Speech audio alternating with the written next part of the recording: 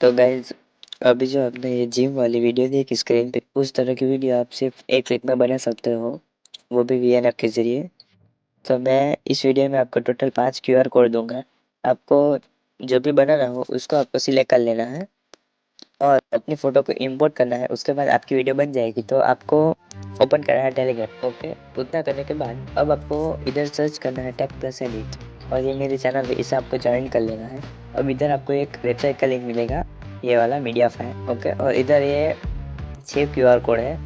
तो आपको जो भी बनाना है इस पर आपको ऐसे क्लिक करना है और ये ओपन हो जाएगा और इसका ले लेना है आपको स्क्रीनशॉट और उसके बाद आपको ओपन करना है वी एन ऐप को।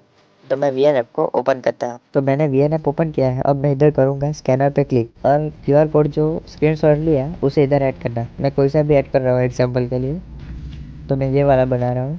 फिर इधर मैं करूँगा यूज़ टेम्पलेट पे क्लिक और इधर आपको अपनी जिम वाली फ़ोटो को सिलेक्ट करना है, एक ही फ़ोटो। फिर इधर से कर लेनी है वीडियो एक्सपोर्ट और अब मैं ये दूसरा कर रहा हूँ यूज़ टेम्पलेट।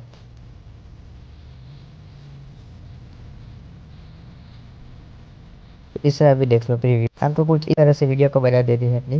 न्यूज़ टेम्पलेट पे क्लिक करके अपनी फ़ोटो को सिलेक्ट करके और वीडियो को एक्सपोर्ट कर लेना है। अगर आपको ये वीडियो पसंद आया हो तो